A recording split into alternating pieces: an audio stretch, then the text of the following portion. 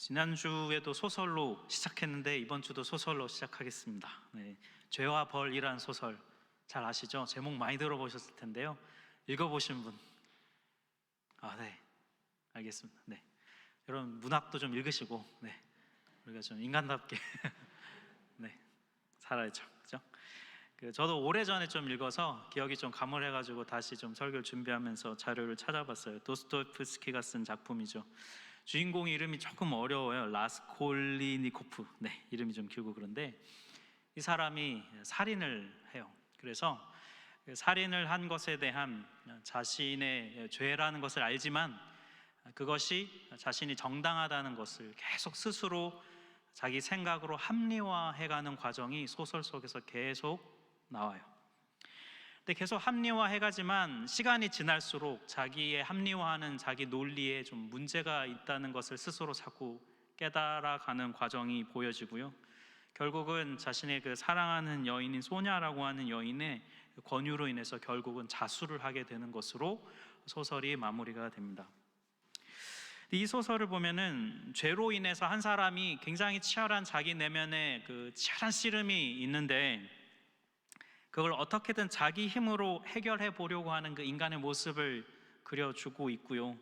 그래서 결국은 인간이 스스로 자기의 죄의 문제를 해결할 수 없다는 그런 결론에 도달하게 되지요. 사람이 죄를 해결할 수 없다는 것이 바로 그 주제인데요. 그 내용이 오늘 성경 본문에서 다루고 있는 주제와 똑같아요. 오늘 본문의 사건의 시작은 17절을 보면은 하루는 가르치실 때에 갈릴리의 각 마을과 유대와 예루살렘에서 온 바리새인과 율법 교사들이 앉았는데 이렇게 시작해요. 여기 언급된 바리새인, 그다음 율법 교사 이런 사람들은 복음서에서 늘 예수님과 갈등 관계, 대척점에 있는 사람들이에요. 이 사람들이 왜 그랬냐면 이 사람들은 늘 유대교의 율법을 잘 지켜서 내가 유대인이라고 하는 그 정체성을 지키는 것, 그것에 대한 그 자부심, 그것을 가지려고 했던 사람들입니다. 그래서 이 율법 규정을 지키는 일에 굉장히 열심을 냈고 율법 규정을 잘 연구하는 일에 굉장히 몰두했던 사람들이에요.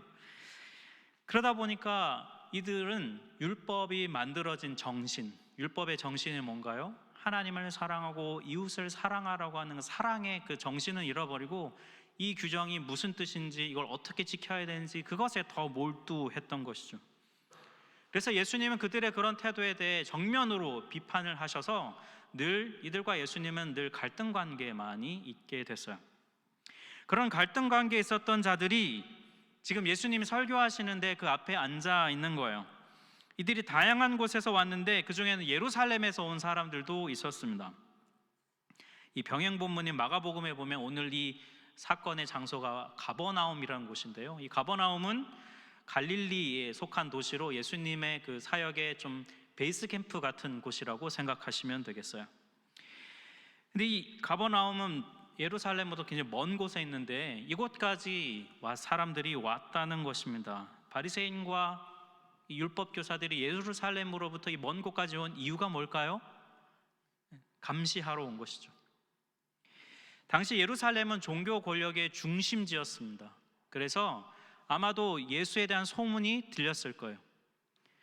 예수라는 자가 갈릴리에 나타나가지고 말 한마디로 병을 고치고 귀신을 내쫓고 하는 그런 일을 행한다는 얘기를 듣고 과연 이게 무슨 일인지, 지금 정상인지 아닌지 검사하려고 조사하기 위해서 아마 본부에서 내려보낸 그런 사람들일 것이요.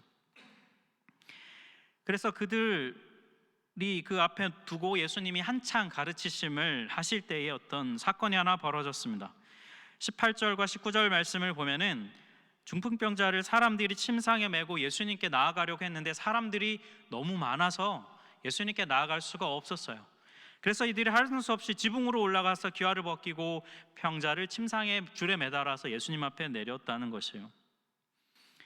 이 지붕을 뜯었다는 게 오늘날로 생각하면 굉장히 큰일 같은데 당시 가옥구조를 좀 이해할 필요가 있습니다. 예수님이 사셨던 이 팔레스타인 유대 지역은요, 지붕이 뭐로 되어 있었냐면 나무와 진흙이 함께 이렇게 어우러져서 만들어진 그런 형태로 지붕이 되어 있었어요. 여기 본문을 보면은 기와라고 되어 있는데 마가복음에는 진흙이라고 되어 있어요. 그러니까 오늘 본문을 기록한 이 누가는 이방인들을 위해 이 복음서를 썼어요. 그래서 이방인들이 그들의 가옥 구조상 이해하기 쉽게 하도록 하기 위해서 기와라고 쓴 것으로 학자들은 그렇게 해석을 합니다. 아무튼 사람이 너무 많이 와가지고 예수님께 접근하기 어려웠어요. 그래서 중풍병자를 예수님께 데려다 주기 위해서 지붕 걷어내고 그 앞에 내려놨다는 거예요. 여기에 대한 예수님의 반응이 무엇일까? 20절 말씀을 보니까 예수님이 뭘 보셨냐면 그들의 믿음을 보셨다고 말씀해요. 오늘 본문에서 여러분 교회를 오래 다니신 분들은 오늘 본문으로 설교 말씀 들으신 적 있으실 거예요. 예수님에 대해 나아간 이 사람들의 믿음에 대해서 예수님께서 병을 고쳐주실 것에 대한 믿음을 강조하고 우리가 이 믿음으로 나아가야 된다는 말씀 들으셨을 줄로 알아요. 근데 오늘 본문에서 말하는 믿음은 그냥 그런 병을 낫게 해주실 거라는 그냥 그런 신념, 그 믿음만 의미하지는 않아요. 오늘 본문에서 말하고 있는 믿음이 강조하는 것은 병을 낫게 하는 것이 아니라 예수님이 누구이신가에 대한 믿음을 말합니다. 이 믿음이라는 단어가 헬라어로 피스티스라고 하는 단어인데요. 이 피스티스는 성경에서 믿음으로도 번역이 되지만 또 어떤 단어로 번역되냐면 신실하다라는 뜻으로도 번역이 돼요. 이 두 가지 다 사용됩니다. 그러니까 이 피스티스라고 하는 이 단어가 사용이 되는 것을 될 때 거기서 말하는 믿음이라고 하는 건 뭘 얘기하냐면 인격적인 관계 속에서의 신실함, 그 결과로서 생겨나는 믿음을 말할 때 피스티스라고 사용해요. 여러분 예를 들어서 여러분이 음식점의 사장님인데 종업원이 새로 들어왔어요. 그럼 처음부터 그 사람에게 중요한 일을 맡기지는 않죠. 일도 시켜보고 절도 시켜보고 그래서 서로 계속적으로 관계가 맺어지는 과정 속에서 지켜보면서 조금씩 믿음이 가기 시작할 때 그때 좀 더 중요한 일을 맡기죠. 그럴 때 종업원과 이 사장님 사이에 뭐가 생겼다고 하냐면 피스티스가 생겼다라고 말하는 것입니다. 예수님이 이걸 보셨다는 거예요. 중풍병자를 데리고 나온 사람들이 예수님께서 병을 낫게 해주실 것에 대한 믿음도 있었지만 예수님이 병을 낫게 해주실 수 있는 분이라는 예수님에 대한 그 피스티스를 가지고 나온 것, 그것에 대한 감동으로 예수님은 병을 고쳐주시죠. 여러분 히브리서 11장 6절에 되게 유명한 말씀이 있는데요, 한 번은 보셨던 말씀일 거예요. 한번 같이 한 목소리로 읽었으면 좋겠습니다. 믿음이 없이는 하나님을 기쁘시게 하지 못하나니 하나님께 나아가는 자는 반드시 그가 계신 것과 또한 그가 자기를 찾는 자들에게 상 주시는 이심을 믿어야 할지니라. 아멘. 어디선가 한번 들어보신 적 있는 구절일 거라고 생각돼요. 믿음에 대해 강조하는 히브리서 11장에 있는 구절입니다. 하나님은 당신께 나아가는 자들이 믿음을 가지고 나올 때 기뻐하신다. 여기서도 그렇게 피스티스라는 단어가 쓰이는데요. 근데 여기서 말하는 믿음이 누구의 믿음일까? 어떤 사람의 믿음일까? 요 성경 구절 바로 앞에 나오는 사람이 중요한데요. 대부분 우리가 이 6절만 알지 그 앞에는 무슨 말씀인지 잘 모르거든요. 요 11장 앞에 5절에 보면 이렇게 얘기하고 있어요. 믿음으로 에녹은 죽음을 보지 않고 옮겨졌으니 하나님을 기쁘시게 하는 자라는 증거를 받았느니라. 에녹이라는 사람의 믿음에 대해 설명하면서 6절에 연결해서 얘기하고 있는 거예요. 하나님을 기쁘시게 한 주인공이 누구냐면 에녹이라는 사람이에요. 네, 우리 에녹이도 그런 사람이 되기를 축복해요. 네. 도대체 이 에녹이라는 사람이 어떤 사람이길래 하나님의 이 믿음을 기뻐하셨을까? 창세기에 보면 에녹이 누군지 나와요. 5장 24절에 보면 에녹이 하나님과 동행하더니 하나님이 그를 데려가심으로 세상에 있지 않았다. 그러니까 이 말씀에 에녹은 하나님과 동행했다. 이 동행했다는 히브리 원어를 보면은 함께 걷다 이렇게 되어 있어요. 그러니까 결국 종합해 보면 이런 거예요. 하나님은 에녹이라는 이 인물의 마음, 하나님과 함께 걷고 싶은 그 마음을 받으셨고 그 마음을 기뻐하셨다는 것입니다. 그걸 하나님은 피스티스로 보셨다는 거예요. 그 신실함, 하나님과 함께 있고 싶어하는 그 마음. 여기서 말하는 게 바로 그 믿음이에요. 그래서 11장 6절에서는 하나님께 나아가는 자는 이렇게 말하는 것입니다. 여러분 이 믿음 피스티스라는 단어는요 아주 관계적인 단어입니다. 우리가 흔히 믿음하면 오하기를 믿습니다 해서 내가 기도하는 것을 얻는 믿음으로 자꾸 우리는 아니라고 생각해도 은연중에 우리 안에는 그런 생각과 마음이 있어요.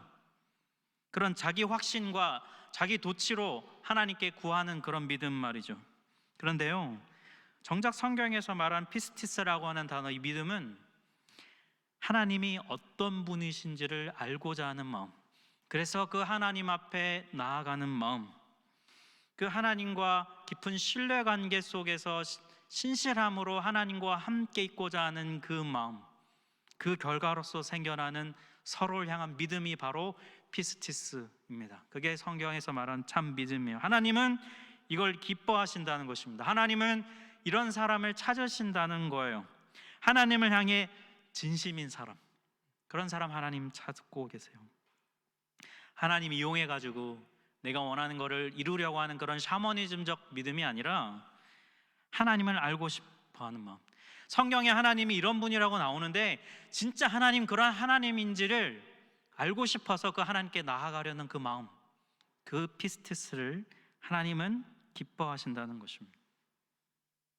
이 자리에 계신 우리 하나교회 성도 여러분, 하나님께 이렇게 마음을 열고 하나님께 나아가는 그 믿음, 이 피스티스를 가지시기를 주님의 이름으로 축복합니다. 여러분, 이 진실한 이 믿음에 대해 예수님이 어떻게 반응하실까요? 오늘 본문 20절에 나와 있는데요, 20절 말씀 우리 같이 한번 한 목소리로 읽겠습니다. 예수께서 그들의 믿음을 보시고 이르시되 이 사람아 네 죄 사함을 받았느니라 하시니, 예수님이 죄를 사해 주세요. 용서해 주십니다. 여러분, 좀 이상하죠? 병 고쳐달라고 왔는데 죄 용서를 선포하셨습니다. 예수님이 이렇게 말씀하신 데는 이유가 있어요. 예수님 당시에 사람들은 병에 걸리면 죄를 지어서 병에 걸렸다고 믿었습니다. 정말 낫지 못할 불치병이나 큰 병에 걸릴수록 정말 큰 죄를 진 죄인이라고 믿었어요. 그래서 예수님은 죄 용서를 선언하고 계십니다. 현장에서 아주 이 말을 듣고 당혹감을 느낀 사람들이 있습니다. 21절을 보니까 서기관과 바리새인들이 이렇게 생각했어요. 이 신성 모독하는 자가 누구냐? 하나님 한 분만 죄를 사할 수 있는데 왜 이 사람이 이런 말 하느냐 하는 거예요. 유대인들에게는 하나님만 죄를 사할 수 있다는 믿음이 있었거든요. 그런데 도대체 예수라는 이 사람이 도대체 무슨 권한으로 이런 지금 말을 하는가? 신성 모독이다, 하나님의 이름을 모독하는 것이다 라고 생각했다는 거예요. 그랬더니 이 생각에 대해 예수님이 아시고 질문을 하십니다. 22절과 23절을 보면은 너희 마음에 무슨 생각을 하느냐? 죄 사함을 받았느니라 하는 말과 일어나 걸어가라 하는 말 어느 것이 쉽겠느냐? 이렇게 질문하세요. 여러분, 어떤 것이 쉽나요? 죄 사함을 받았다, 일어나 걸어가라, 어떤 게 말하기 더 쉽나요? 죄 사함을 받았느니라 라고 말하는 게 쉽다는 거예요. 왜냐하면 이건 눈으로 확인할 수 있는 게 아니잖아요. 말하는 건 이게 훨씬 쉽죠. 일어나 걸어가라 라고 말하면 진짜 일어나 걸어가야 되잖아요. 그걸 보여줘야 되잖아요. 행동으로 드러나야 하는 것이죠. 그래서 말만 하는 거는 죄사함을 말하는 게 훨씬 쉽다는 것이죠. 그런데 이어서 말씀하십니다. 24절을 보니까 그러나 인자가 땅에서 죄를 사하는 권세가 있는 줄을 너희로 알게 하리라. 그리고 중풍병자에게 일어나 가라 라고 말씀하세요. 여러분, 예수님의 말씀이 5장 22절부터 24절까지를 조금 제가 풀어서 설명해 드리면 이런 얘기인 거예요. 내가 죄사함을 선언해서 지금 니네 마음이 좀 불편한 모양인데 한번 생각해봐라. 내가 만약 저 중풍병자에게 일어나 걸어가라 라고 말하면 내가 그 능력을 보여줘야 되잖냐. 하지만 내가 죄사함을 받았느니라 라고 말하면 그는 말만 하면 되니까 그건 훨씬 쉬운 일이라는 거예요. 하지만 내가 말만 하는 게 더 쉽다고 해서 이렇게 말한 게 아니라는 거예요. 내가 진짜로 죄를 사할 수 있어. 나는 죄사함의 권세가 있어. 어떻게 증명할 수 있냐고 이제 보여줄게. 잘 봐. 중풍병자 일어나 걸어가라. 이렇게 하셨다는 거예요. 그랬더니 25절을 보니까요, 그 사람이 일어났습니다. 그리고 누웠던 침상을 들고 하나님께 영광을 돌리며 집으로 돌아갔어요. 예수님이 중풍병자의 병을 고쳐주셨습니다. 그런데 오늘 본문이 진짜 말하고 싶은 건 뭐냐면 이 사람의 병이 나았다는 것보다 더 중요한 사실은 예수님에게 죄를 용서할 수 있는 권세가 있다는 것이에요. 여러분, 이거를 여러분 믿으시나요? 네, 우리 대부분 다 믿거든요. 대부분. 근데 이걸 믿지 못한 사람들이 본문에 있어요. 바로 바리새인과 서기관들이요. 여러분, 이들이 예수님의 죄 사함을 믿지 못했던 이유가 뭘까요? 이들은 하나님의 계명에 굉장히 열심도 있었고요, 그 의롭고자 하는 열망도 굉장히 컸던 사람들이에요. 여러분, 바리새인들의 의로움이 얼마나 대단한지 예수님이 이렇게 얘기하시잖아요. 니네 의로움이 바리새인만 못하다, 그보다 더 해야 한다라고 말씀하실 정도로 그들은 삶으로 의로워지려고 굉장한 열망이 컸던 사람들이에요. 하나님에 대한 지식과 열심도 있었던 사람들입니다. 그런데 오히려 그것 때문에 예수를 믿지 못하고 있어요. 왜 그러냐면 죄사함에 대한 자신들만의 생각과 자기만의 방식에 갇혀 있기 때문이에요. 그래서 예수님을, 죄사함의 권세를 믿지 못하고 있어요. 정말 아이러니한 것이죠. 그런데요, 이 바리새인과 서기관들의 이 모습이 우리에게도 있어요. 사실 우리들의 모습이에요. 예수님의 십자가를 통한 죄사함을 우리가 머리로는 잘 믿는데요, 마음으로는 잘 믿지 못해요. 제가 사역하면서 양육도 많이 하고 또 상담도 참 많이 해요. 저는 신앙생활의 핵심을 하나님과의 인격적인 관계라고 봅니다. 하나님과 인격적인 관계를 맺는 것이 우리 신앙생활의 아주 가장 밑바닥에서, 거기서부터 시작돼야 된다고 저는 믿거든요. 그래서 제가 하는 양육이나 제가 하는 상담은 이런 방향으로 참 많이 가게 돼요. 지금 우리 하나교회에서 제가 양육 프로그램을 계속 하고 있는데 그것도 다 이런 걸 주제로 하는 그런 교재들입니다. 어떻게 하나님과 인격적인 교제를 맺을 수 있을까? 어떻게 하면 그것을 더 깊게 할 수 있을까? 그런 것이 이 양육 교재의 좀 중심이에요. 제가 양육을 하고 상담을 하는 저와 하는 분들의 신앙의 편차가 굉장히 다릅니다. 어떤 분은 아직 예수님을 주로 영접하지 않은 분도 계시고요, 이제 막 믿고자 하는 분도 있고 오랜 신앙의 연륜을 가지신 그런 분들도 계세요. 그런데 신앙의 편차가 다 다른데요, 양육을 하고 상담을 해보면 그 깊은 본질에서 하나님과의 인격적인 교제가 이루어지지 않거나 하나님과의 인격적인 교제가 깊어지지 않는 그 원인은 똑같다는 걸 제가 발견하게 돼요. 그 원인, 그 장애물이 여러분 뭐냐면 바로 죄책감을 해결하는 방법에 있어요. 죄의 문제를 해결하는 방법 때문이에요. 여러분, 사람마다 대화를 해보면 누구나 다 자기가 연약하고 자기가 부족하고 자기에게 좀 문제가 있다는 거 대부분 다 인정해요. 그래서 살다 보면 자신의 연약함을 마주대하고 자신의 죄의 문제를 대면하게 됩니다. 그런데 그걸 처리하는 방법을 보면, 그걸 해결하는 방법을 보면요, 얘기를 들어보면 성경에 나오는 방법이 아닌 경우가 많아요. 자기가 배워왔던 방법, 자기에게 익숙한 방법으로 그 죄의 문제를 해결해 가요. 제가 주로 이렇게 해보면서 한 3가지 정도로 압축이 되더라고요. 첫 번째로 죄를 어떻게 대부분 해결하냐면 자기 합리화하면서 죄를 해결합니다. 죄를 짓고 나면 또 연약함에 맞은 사람 마음이 괴롭잖아요. 그럼 죄책감이 들죠. 그때 생각이 막 돌아갑니다. 나만 이런가? 나만 잘못했나? 다 이렇게 살잖아, 이런 생각하고요. 또 이렇게 내가 이렇게 된 건, 내가 이런 잘못한 건 그 사람 때문이야. 원망하는 것도 큰 의미에서 자기 합리화에 들어가요. 또 환경을 탓합니다. 지금 상황과 환경이 이런데 내가 나보고 어떻게 하라는 거야?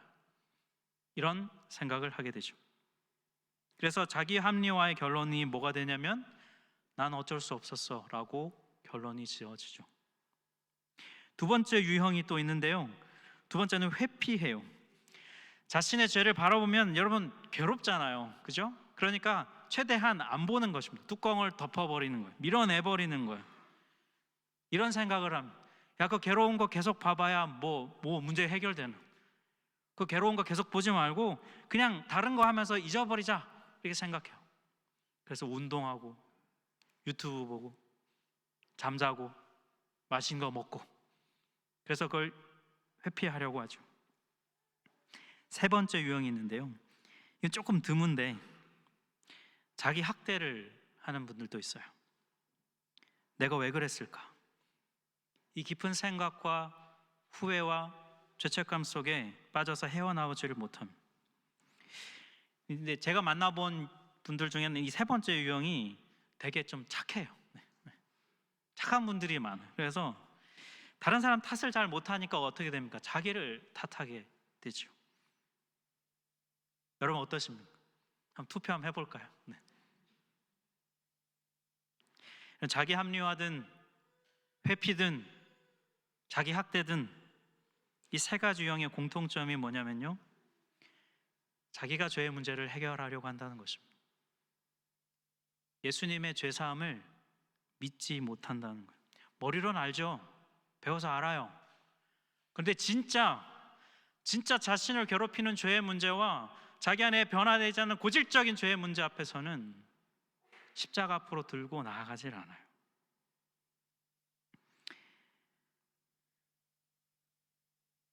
본질적으로 이 세 가지 방법은요, 오늘 본문에 나온 바리새인과 서기관들의 태도와 본질적으로는 똑같습니다.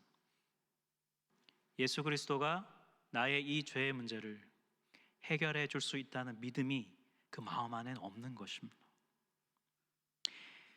제가 사역을 하면 할수록 정말 깨닫게 되는 것은 우리가 얼마나 성경에서 말하는 하나님의 용서하심을 있는 그대로 믿지 못하는가 알게 돼요. 로마서 5장 8절 되게 유명하고 우리에게 참 귀한 말씀인데요, 우리 로마서 5장 8절 같이 한번 한 목소리로 읽겠습니다. 우리가 아직 죄인 되었을 때에 그리스도께서 우리를 위하여 죽으심으로 하나님께서 우리에게 대한 자기 사랑을 확증하셨느니라. 아멘. 이 말씀에 의하면 하나님 우리를 사랑하세요. 근데 어떻게 사랑을 보여주셨냐면, 우리가 아직 죄인 되었을 때에 우리를 위해 죽으심으로 사랑을 보여주셨어요. 여러분, 여기서 우리가 아직 죄인 되었을 때에 라고 말하는 이 말의 의미가 뭘까요? 우리가 하나님께 하나님 잘못했습니다, 하나님 용서해 주세요 라고 말하기 이전에 라는 것입니다. 우리가 그렇게 용서를 구하기도 전에 예수님께서는 먼저 죽으심으로 우리를 향한 사랑을 확증 보여주셨다는 것입니다. 여러분, 그러면 이거는 뭘 얘기하는 걸까요? 십자가는 무엇을 의미하는 걸까요? 하나님은 우리의 죄를, 우리가 무슨 죄를 짓든 우리의 죄를 어떻게 하신다는 겁니까? 용서해 주시겠다고 하는 하나님의 마음이 이미 담겨 있다는 것입니다. 하나님이 이미 그렇게 마음을 정하셨다는 것입니다. 우리가 용서를 구하기도 전에. 그러니 여러분, 십자가를 뻔히 눈앞에 두고도 왜 우리는 자기 합리화하고 왜 회피하고 왜 자책하면서 살아갈까요? 이 진리를 믿지 못하기 때문입니다. 왜 우린 잘 믿지 못할까요? 우리가 사는 이 세상에서 우리가 배워온 방법이 이 십자가의 방법이 아니기 때문이에요. 죄를 지어서 차라리 벌을 받으면 그게 해결된다고 우리는 그런 게 더 뭔가 마음이 후련하잖아요. 근데 십자가는 뭘 얘기합니까? 내가 죄를 지었는데 예수님이 벌을 받는, 그걸 받아들이라는 것입니다. 이게 안 받아들여져서, 이게 믿어지지 않아서 우리가 그렇게 나를 괴롭히고 다른 사람을 괴롭히고 합리화하면서 살아가요. 여러분, 자기 합리화하고 그리고 원망하고 불평하고 자책하면서 회피하면서 살면 여러분 그 결과가 어떻습니까? 여러분 살아봐서 아시잖아요. 어떻습니까? 다른 사람과의 관계가 반드시 파괴되게 되어 있습니다. 스스로 죄의 문제를 해결하고 하는 인간의 삶에는요, 반드시 관계가 파괴될 수밖에 없어요. 여러분 잘 돌아보세요. 우리가 해결할 수 없습니다. 이 십자가가 믿어지는 게요, 여러분 이게 은혜예요. 내가 죄를 지었는데 용서를 구하기도 전에 하나님이 이미 용서하기로 준비가 다 돼 있다고 하는 거, 이거를 믿어지는 게 여러분, 이게 은혜입니다. 사랑하는 우리 한옥의 성도 여러분, 여러분의 죄인됨을 깨달으실 때, 여러분의 연약함에 허덕일 때 십자가 앞에 서시기를 바랍니다. 나의 죄로 인해 괴로울 때 여러분, 십자가를 보세요. 우리가 해결할 수 없습니다. 내가 해결할 수 있는 문제가 아니에요. 우리의 힘이 닿는 영역이 아닙니다. 우리가 해결할 수 있었다면 왜 하나님이 인간이 돼서 굳이 죽으셔야 했겠습니까? 우리가 해결할 수 없기 때문이죠. 예수님의 십자가만이 우리의 죄를 해결받을 수 있는 유일한 방법이라는 것을 믿음으로 받아들이시기를 바랍니다. 오늘 본문에서 가장 큰 은혜를 입은 사람이 누굴까요? 중풍병자입니다. 이 사람은 아무것도 한 게 없어요. 그냥 처음부터 끝까지 누워있기만 했어요. 그런데 마지막에 일어난 거 말고 아무것도 한 게 없어요. 그러니까 연극으로 따지면 엑스트라 중에 엑스트라입니다. 대사 한마디도 없어요. 그냥 일어나라 해서 일어나서 들고 나간 게 끝이죠. 네. 여러분, 반대로 은혜에 가장 가까이 있는 줄 알았는데 알고 보니 가장 먼 데 있는 사람들이 누구였냐면 바로 바리새인과 율법 학자들이었습니다. 여러분, 이들의 몸은 멀쩡했는지는 몰라도요, 이들의 마음이 오히려 중풍병에 걸려 마음이 마비되어 있는 사람들이 바로 이들이었습니다. 몸이 마비된 중풍병자는 고침을 받았어요. 그는 은혜를 입고 삶으로 회복되어 돌아갔지만 마음이 마비되어 있었던 바리새인과 서기관들은 은혜를 누리지 못했다는 것이 오늘 성경 본문이 우리에게 말해주고 있는 내용이에요. 여러분, 우리는 어디에 속해 있을까요? 사랑하는 우리 한나교회 성도 여러분, 예수님께 나가십시오. 스스로 죄를 해결하려고 하는 그 시도를 내려놓으십시오.